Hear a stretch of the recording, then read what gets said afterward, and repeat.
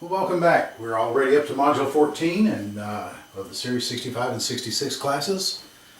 I hope it's going okay for you. I know that this material is real dry, so we try to make it as interesting as we can.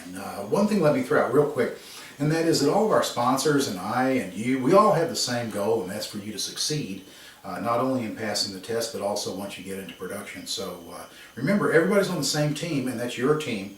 So be sure and visit our sponsors. We really appreciate that. All right, wouldn't be possible without them. Let's go ahead and pick up on page 22 with exempt transactions. Exempt transactions. Now, we have certain transactions that are just like we saw at the federal level. We have exempt securities. That those are out of the loop already. We have exempt securities at the state level. They're out of the loop. They'll never go through registration. Everything that it's not exempt is just by definition non-exempt. And that non-exempt, you'll see it a lot of times. It's a double negative term, and there's no way that you can get away from using the double negative terms, unfortunately. We're just kind of stuck with them. So exempt means that certain rules do not apply. If it's non-exempt, then the rules do not apply. If rules do not apply, then they do apply. So a non-exempt security, all the rules are going to apply to those with regard to registration and advertising requirements. However, just like we saw at the federal level, there are some non-exempt securities that come to market in a manner such that that they are in an exempt transaction. And included in these, and first and foremost, is we have secondary market transactions. And here again, you've got the transactions that the New York Stock Exchange, what have you. Those are there's like what they call a manual exemption for that, like a securities manual. But here, what we're talking about, again, think small with the Uniform Securities Act. We're talking about Bob and his dry cleaner, okay? And he went public in an intra-state transaction.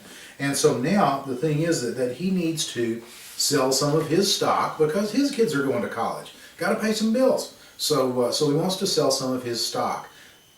The dry cleaning company won't sell any. It'll be Bob himself. The dry cleaning company is the issuer. Bob then is a non-issuer. And so if you have isolated non-issuer transactions, all right, that's how often is isolated? Well, it's really not defined real well. If you got over 5, let's say, then it might start to raise some eyebrows.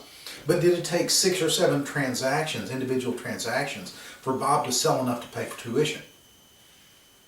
It's kind of tough. But if there's a pattern that's going on that he's selling 5 or 6 times every month, he's starting to develop a pattern. So just kind of use your judgment there. But an isolated non-issuer transaction is an exempt transaction. Those shares have never been through registration. They're non-exempt securities, but he still doesn't have to register them because it's essentially a one-shot deal. All right. Now, by the way, by the same token, if you were to facilitate that transaction as a registered representative or an agent, since we're talking about the state law, then you would be involved in an exempt transaction also. So you would be okay to do that, even if you got compensated for it. But if he starts having that pattern of sales, that's when you need to start looking a little bit more deeply. There's the manual exemption we talked about. If a security is in a recognized securities manual, and basically this is just normal everyday secondary market trading of the stuff that we're used to seeing. So stock exchange listed stocks, NASDAQ stocks, things like that. Those are exempt transactions. And then unsolicited non-issuer transactions, likewise, those are exempt transactions. And here's the deal there, okay, is that you live on this side of the street, Bob and Fred live across the street from you. And they're good buddies, they play golf with you and with each other and what have you. And one day, they both come into the office, and Fred says, Bob and I were talking, he needs to raise a little bit of money for whatever, and I want to put some money into his stock. I'll buy it directly from him. You didn't know it was coming. It was out of the blue. And so that's going to be an exempt transaction because what happened? They basically decided on their own to do this. And so you can engage in that transaction and not be in violation of the law for selling unregistered, non-exempt securities. Even though they are unregistered, they are non-exempt. They have that transaction exemption.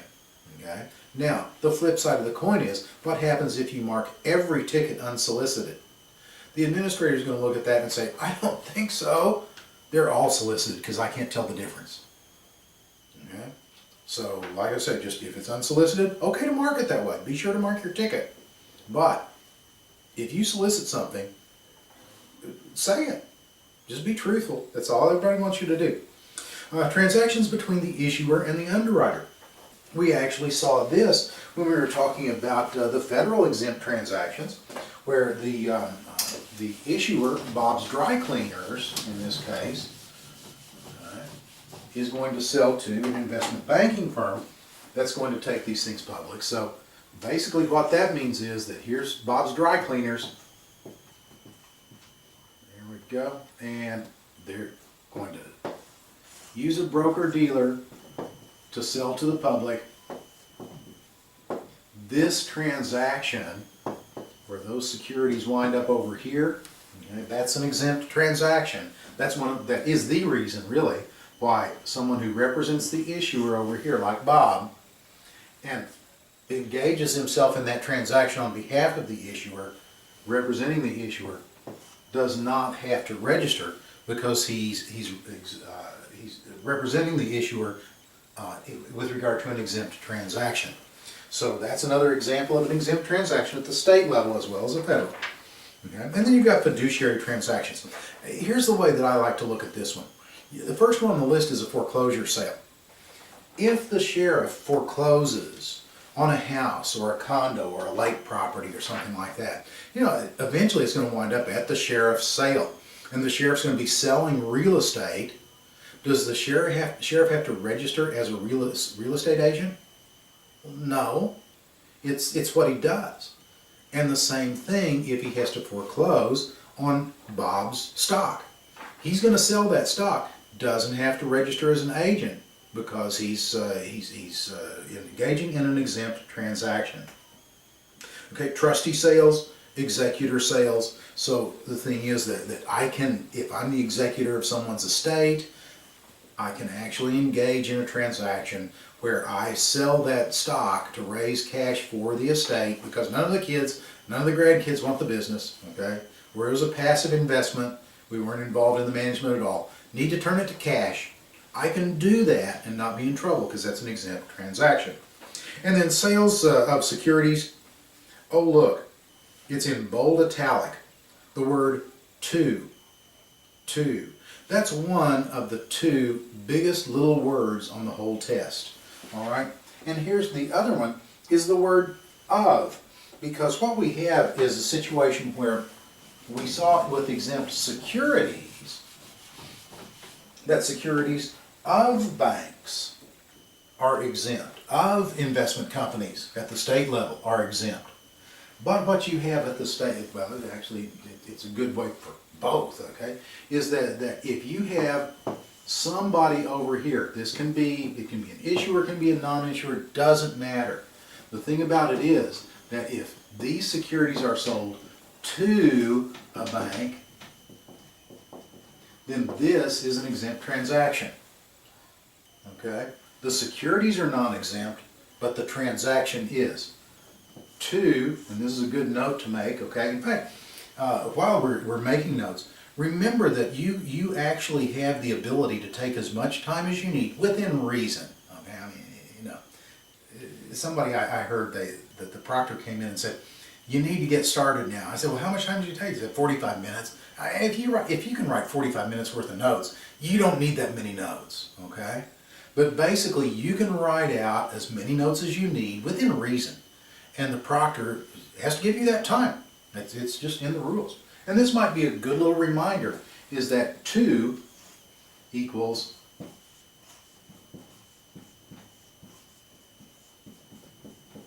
a transaction. Okay? Sales of securities of a bank, of an investment company, of an insurance company, those are exempt securities. But sales to a bank, to an insurance company, to an investment company, those are exempt transactions. Nothing exempt about the securities, but the transactions are exempt. So that's one of the biggest little words we've got. So to banks, insurance, or investment companies, that's an exempt transaction. Another transaction exemption is a private placement. We saw this at the federal level, but we also had terms like accredited investor. If you see a question with regard to the Uniform Securities Act, and one of the answers is accredited investor, that's just regular, ordinary, plain old folks. I mean, because it's a federal term. I mean, it's like me talking about a touchdown in basketball, right? There are no touchdowns in basketball, okay? And there are no accredited investors at the state level, on the state law with the Uniform Securities Act. So private placements, they have, think small, think of Bob, he's trying to do it himself, trying to take this thing public.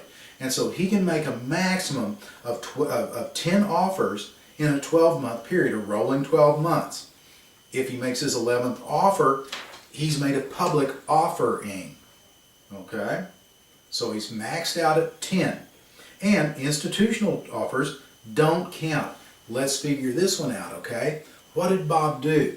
Bob said, hey, look, essentially what I want to do is to sell some bonds. Okay? And he talked to every bank in town. There's even a couple of insurance companies within about a 50-mile radius of where he lives. And he talked to them, see if maybe they would. Talk to a pension account. No, we don't do that. I'm sorry. Okay, so what does he say? He says, you know what? I'm going to juice it up a little bit. Maybe I'll go with equity, and I'll just sell it to the public. I'm sure that I can raise my money if I sell it directly to the public. Well, fine. He's starting with a clean slate when he starts making offers to the public, because those institutional offers just don't count. All right, and so anyway, it must be held for investment purposes if it's a retail sale, and by retail I mean just to folks. You know, people, regular, ordinary folks, a lot of times they'll try to figure out a way to get around the rules, to circumvent it, no. Institutions, they got folks looking and auditing them, looking over their shoulders all the time.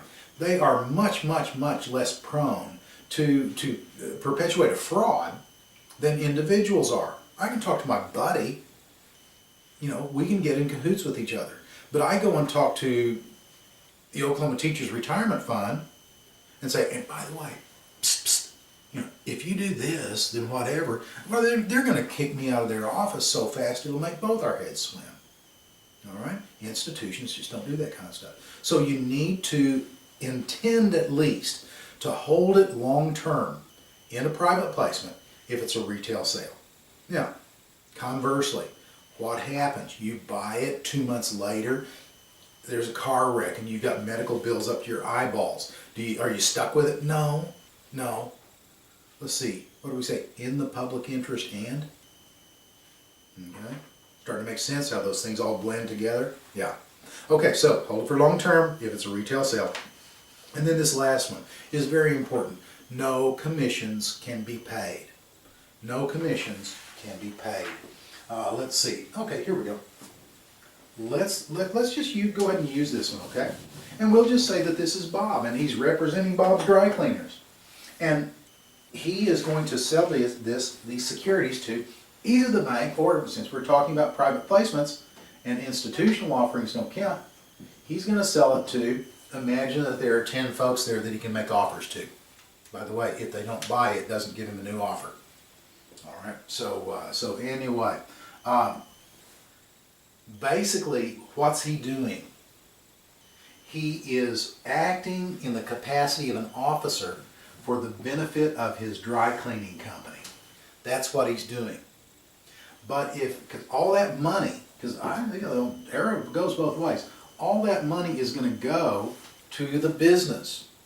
And that's a legitimate function of an officer of a corporation, is to raise money for that corporation. But if some of that gets diverted into Bob's pocket, then what has he done? He's just set up a new business for himself as a securities representative, as a securities agent, since we're talking about state law. Okay? It blows the whole thing. It takes that exemption on a private placement, just blows it right out of the water. Always does that, no matter what it is that you're talking about. If there's a commission, it's going to blow that transaction exemption just sky high. All right, so no commissions can be paid. Very closely akin to this is pre-organization certificates. All right, so you and I decide that we're going to raise, we're going to start a company. Well, it takes money to do so. So what we do is that we say, all right, now, we've got to show, in order to get our articles of incorporation, we've got to show that you and I are going to be in the business, excuse me, that there are going to be some other folks, what our capitalization is going to look like. We have to show what what the percentage ownership is. And so what we'll do is that we will basically set up some script, okay, that it really doesn't do anything except that it's a marker. All right, and then we'll be able to say, okay, now I've got this. We don't have any place to put the money yet because we don't have a corporation to put it into. So what do? Look at the requirements on a private placement. 10 offers in a 12-month period, 10 subscriptions in a 12-month period on the pre-organization certificate. So a maximum of 10 subscribers. And no commissions paid. Oh, that sounds familiar again, doesn't it? Yeah, it's the same thing exactly. And then no payments can be made by the subscriber. And again, the reason is real simple. There's nobody to pay it to. If I were to say, let's form a corporation, give me some money, that is literally what I'd have to tell you. Give me some money. Don't give that corporation money because it doesn't exist yet.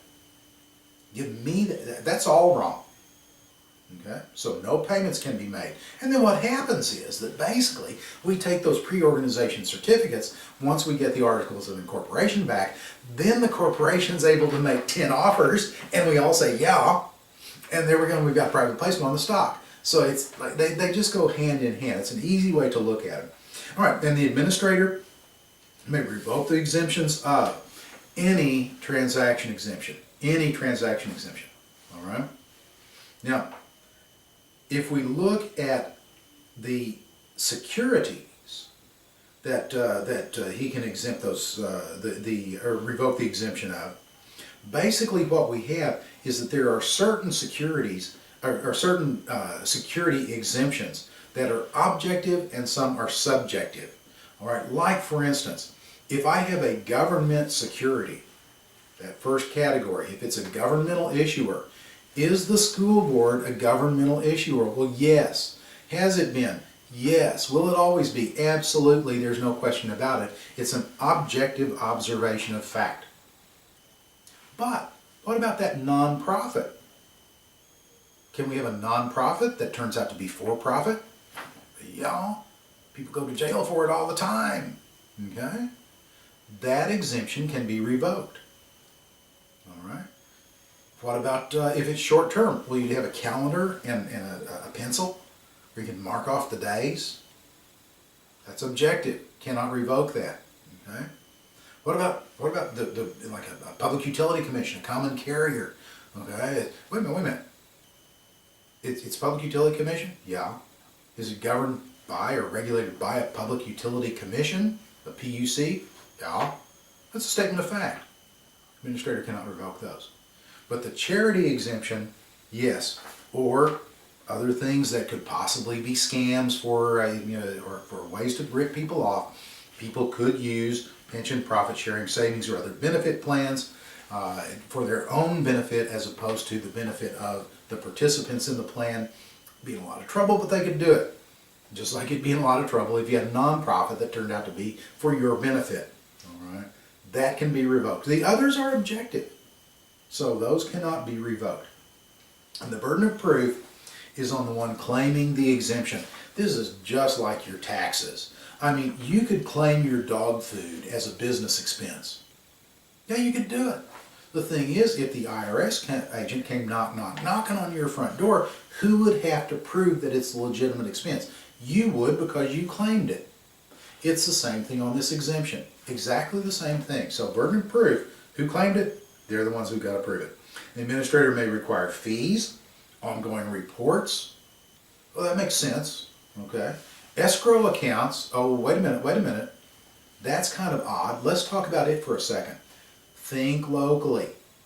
You've got Bob over here. Oh, I still have him out there. Okay, you've got Bob over here, and he's doing it right. Okay, he didn't. There we go. We'll erase that arrow. He didn't put anything in his pocket, so he's doing it okay. The thing about it is, the administrator isn't real sure of that, and so what he may know that Bob needs at least $150,000 before he can open up one store. What he may do, or she may do, is to say, Bob, look. This is your initial public offering. You're small. I need to keep an eye on you. What I'm going to do is I'm going to escrow those funds until you have, how many stores do you really need to open at the same time? Because if you just onesie-twosie it, he says, really, with 3 of them, that's where we start getting the benefit. So, okay, well then I'm gonna escrow until you get to $450,000, maybe more. Okay. It's up to the administrator. They can do that because of the fact they're small and local. It just invites a situation where they can be fraud. There can be fraud. So you can escrow accounts and/or have special subscription forms that are required, where folks will recognize the risk in writing. Okay, we get to fraudulent and other prohibited practices, and what I want you to do. Tell you what, we're at the point where we normally break. Let's go ahead and take our break. We'll come back and talk about those fraudulent and other prohibited practices after the break. So anyway, appreciate it, and we'll see you back after the break. Thank you.